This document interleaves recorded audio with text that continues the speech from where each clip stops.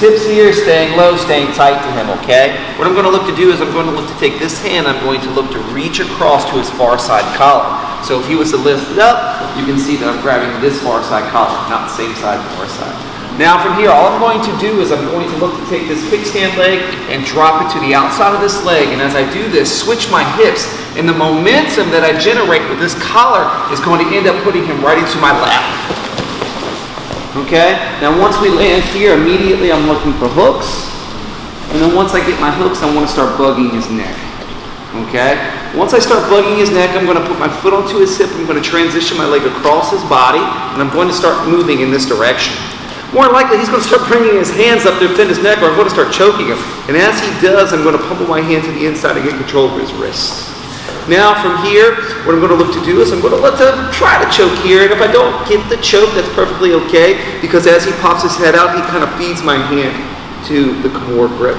Once I get to Kimura grip, I immediately want to not lock the Kimura and bring it in tight, but I want to do a karate chop motion here, keeping distance between myself and Richard as I move my hips out.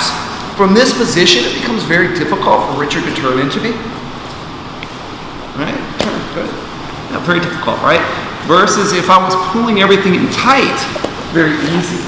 And I want to make sure that I can maintain this distance between myself and Richard, because ultimately I want to be able to pass my leg over his head. If I'm bringing everything in tight and I go to do this as he turn, very difficult unless I'm super flexible, okay? So this karate chop motion allows me to pass the leg. Now from here, all I'm going to look to do is go from my one side of my hip here to my back. And I'm not really looking to sit up because I don't want him to be able to reestablish a tight Monteleone grip here, and then it's going to be a battle from here.